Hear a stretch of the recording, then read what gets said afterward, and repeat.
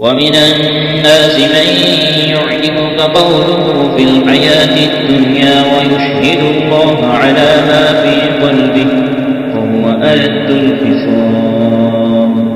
وإذا تولى سعى في الأرض ليفسد فيها ويهلك الحرث والنسل والله لا يحب الفساد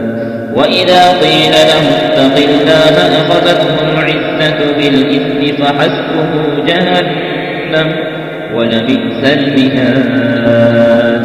ومن الناس من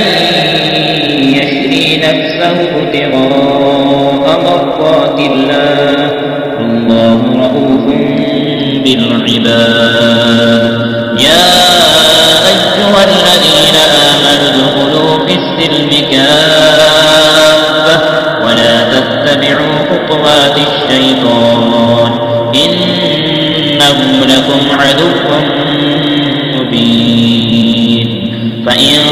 زللتم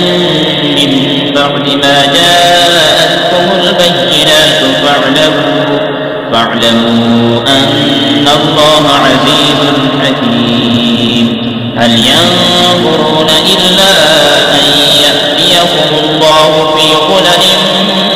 من الغمام والملائكة وقضي الأمر وإلى الله ترجع